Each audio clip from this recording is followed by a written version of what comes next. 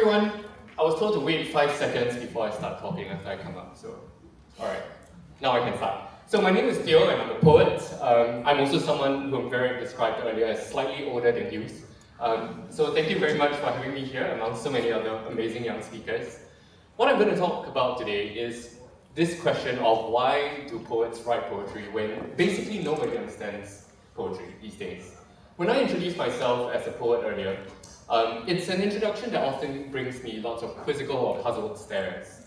Lots of people whom I meet look at me with that sort of strange raised eyebrows and ask, what exactly does that mean? What do you mean you write poems? In fact, recently, I was at lunch with a friend of mine, and this is what he leaned across the table to say to me. I don't read very much poetry, because I often feel like there's something that I just don't get. If this is you, if today when you were looking at the program, you saw that a poet was speaking and you asked yourself why, this talk is for you. We're going to be thinking about why, when poems remain so baffling to so many people, there's a stubborn subsection of writers who insist on writing in a genre that nobody understands. But let me set aside for a moment the fact that there are some poets who are not exactly writing to be understood, right? There are poets for whom poems are a way of processing a personal experience that they have gone through, for whom poetry is essentially a form of self-therapy. And that's fine. But for most of us, once we put a poem out in the public sphere, that signals to the world that we are poets in search of an audience, right? The road to professional publication is often so long and so painful that it's hard to imagine why poets would do so otherwise if they're not looking for a readership. The question then poses itself to us. If we are in search of a readership, shouldn't we write in a form that's much more accessible, much more easy to understand? Why poetry? Why poems? This isn't a question, I think, that can be answered within 15 minutes, but I've also been told that poets are hopeless optimists. So I'm going to try. Let's start off by tackling the question, what exactly do we mean when we say we don't understand a poem? Now, one of my favorite things about Singapore's public transport system is the Arts in Transit initiative. And I took the Circle Line here today because I live in Marymount and we're in Bencoolen. And one of the things I noticed when I was coming out from the MRT was that I was confronted by a piece of public art, right? All Circle Line MRTs have this. When you come up the escalator, there is a painting or a sculpture or a piece of design that's staring at you in the face. Now, not a single time have I heard a fellow passenger or someone I'm traveling with say, what's this piece of art about? I just don't get it. You see, there seems to be an expectation with poetry, as with other forms of the literary arts, that because they use language, because they traffic in words, they are something that we should be able to get or to understand. And this isn't an entirely misplaced assumption. Think about it. When you read a novel or you read a play, it shouldn't take you 20 minutes to figure out what the name of the character is or where they are. The text is expected to tell you. And most of us, because we read stories growing up, our brains are wired to take in the way that stories make meaning out of words. The thing is, poets have quite a different way of making meaning out of words, and I'll boil that down to just 3 simple steps. The first is that poets often land first on an image or a scene, something that captures a moment in time, right? The second thing that they do is then to try to describe this to you using all of the tools that language has to offer. These may include rhyme, the shape of the poem, its length on the page, and a poem is often most recognizable because it doesn't fill up all the space on the page, right? There are line breaks, right? So things like shape, sound, rhyme, etc., these are some of the tools that a poet has at their disposal to convey the image that they have in mind to you. But the third thing that poets do is often something that we don't talk about. The third thing that poets try to do is not just to describe to you what's there in their minds, in the image that they're seeing, but to describe to you what isn't there.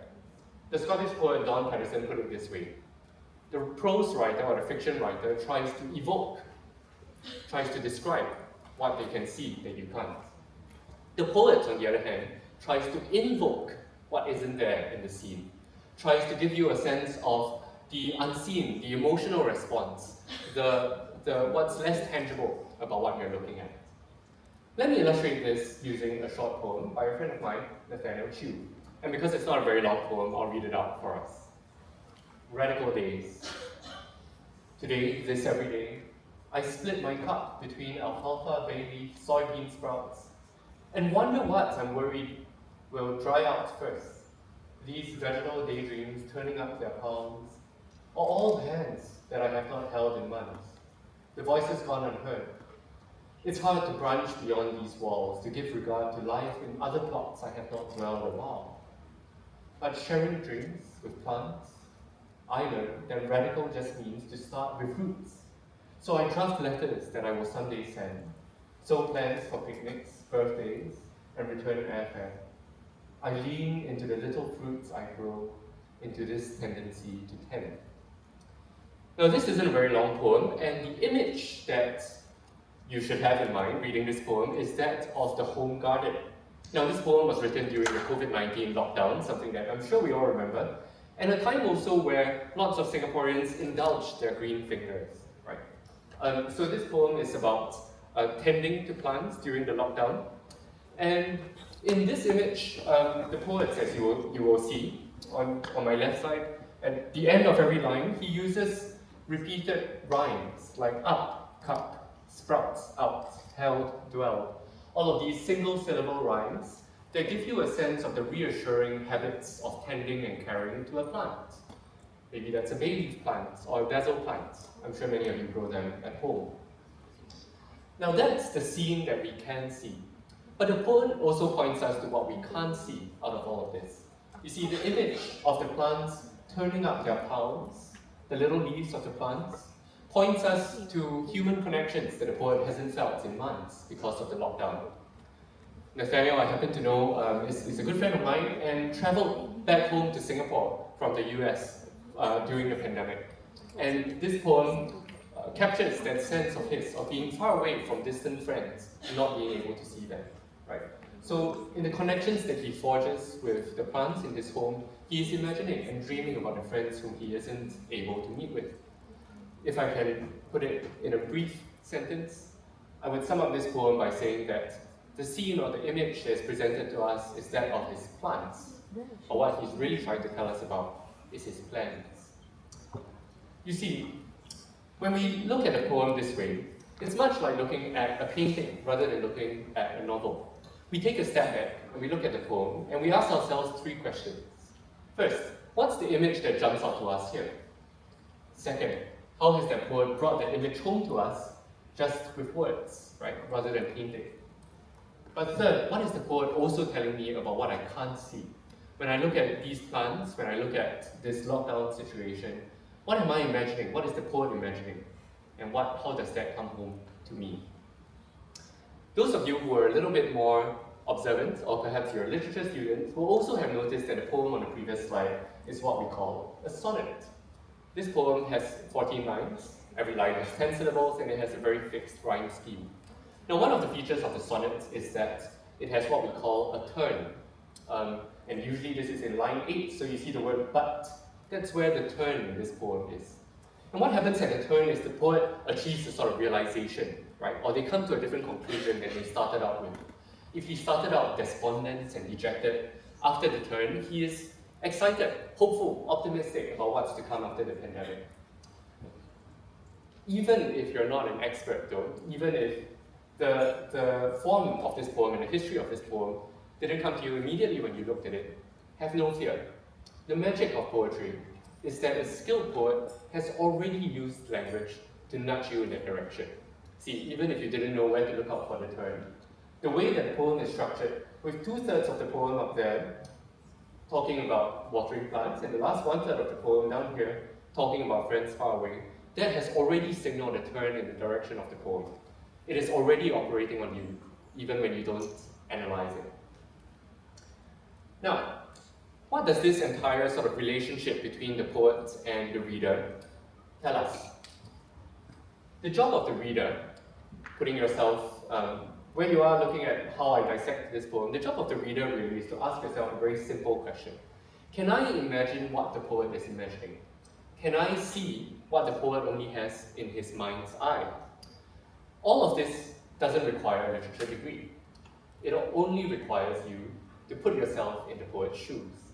It requires you to be willing to take yourself away from the concrete image that you see in front of you and try to let yourself be nudged by the poet into imagining the emotional response that they have when staring at what might be no more special than a potted plant. Right? But equally important is what the writer has to do. And what the writer has to do is to imagine you, the reader. Now, in what sense is this true? The writer's job in the context of the poem is to try and figure out how can I nudge my reader towards imagining the same thing that I have in mind. Right? I only have the tools of language at my disposal, but I want to get them to experience feelings of nostalgia, of heartbreak, of homesickness, etc. Right? How do I do so?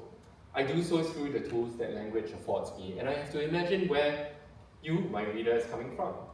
Have you also experienced a lockdown? Have you also experienced being far away from your friends?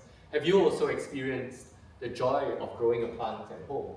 If I can imagine my reader, then all the more successfully I can use language to nudge you in the direction that I want to take you.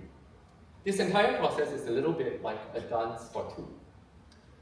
Now, if you're one of those people I referred to at the start of this presentation, someone who looks at a poem and thinks, well, I still don't really get it. You might be wondering to yourself at this point, do I not get the poem because the writer isn't doing his job, or because I'm not doing my job? Am I a bad reader of the poem? Do I lack empathy? Am I unable to step into the poet's shoes? Or is the poet simply a bad poet? Are they just not very good at using language to nudge me in the right direction? Well, the answer is, it's hard to tell. For all of us poets, even the most experienced and skillful writers among us will tell you that when a poem hits home, when a poem manages to move you, its audience, it can often be more a product of chance, of circumstance, than of design. You see, it's hard for any poet to fully imagine every single reader in the audience. Even as I look at all of you now, it's hard for me to imagine what any one of you is thinking about. It's the same when I try to send an image or send a message across to you on the page. It's hard for me to try to place myself in your shoes, and I certainly won't be able to understand every single one. But in that uncertainty comes the joy of writing. It's a joy that mirrors all of us trying to form human connections with each other, right? We'll never be able to fully understand the person across the table from us or the person across the street from us. But the more we try to extend a hand to them, the more we try to put ourselves in their shoes, we have to hope that they also will be able to put themselves in ours. Now, we come back to this question that I started with. Given how uncertain this whole enterprise is, why does anybody still write poems? I know every good TED Talk has to land on 3 messages or 3 moral of the stories. So I'm going to land on 3 final lessons that I want you to take away. The first reason why we write poetry, despite the uncertainty that it brings, despite the fact that we can never fully understand or fully guess what the reader is thinking, is this: that poems remind us of difference. Every one of us, when we look at the same scene, we have a different emotional response. We have a different unseen, even though what is seen may be the same, right?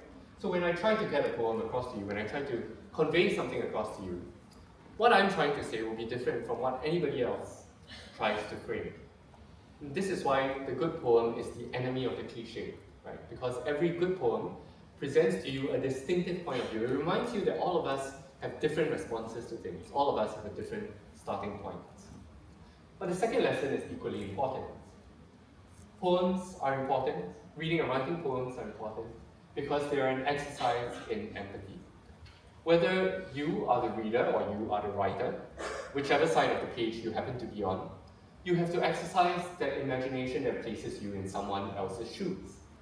Now, everything that I've described, you don't have to go through it if you're reading a Wikipedia article or maybe a Reddit thread, right?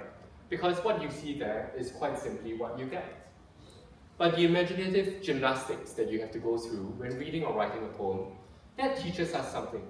It teaches us to set aside the impatience that we have when trying to absorb meaning quickly from a set of spark notes. It teaches us to set aside how rushed and how eager we are to arrive at a destination. It forces us to take the slow route or the scenic route to try and understand someone else, to put ourselves in the shoes of someone we've never met, and try to imagine with them what exactly is unseen. Now, both of these lessons, the first one, teaching us the importance of difference, and the second one, exercising our skills of empathy, both of these are increasingly important in a world that seems fraught and distant and rough. But the last lesson I want to leave with you is something that's a lot more timeless. And the third and last reason why we still write poems is because poems are ultimately still the best way of getting some things across. Now, when I was a younger writer, much the age of many of you in the audience, I used to think that anything could be the subject of a poem, right? I used to think that all you need is to be good enough. It's a skill issue, right? But growing older, what I've realized is that there's a different form for every function. If you want to lodge a complaint, write a forum letter to the Sing Science. If you want to pick a fight, then do what Kendrick Lamar did, write a diss track, right? But there are certain things, certain moments in every day, where we look at something that seems ordinary, and something we can't quite explain tugs at our hearts. Something moves us in a strange way that we can't quite explain, and yet compels us to want to tell the next person about it. Now, those are the moments that it's worth saving your poems for. Because when you have that feeling, when something moves you and compels you to move someone else as well, what better way of getting it across than through a poem? A genre where you have to place that flicker of feeling in your own hands, in the uncertain hands of somebody else, where you have to entrust the thing that has moved you, the thing that no one else can see, to the imagination and the empathy of someone else. That's the idea I want to leave you with. So the next time you see a poem and you're wondering, well, I don't quite get this, maybe it's not for me, never fear. Maybe it isn't for you, and that's fine. But what you're looking at is a moment that has moved someone else, and that will make all the difference. Thank you very much. It's been a pleasure.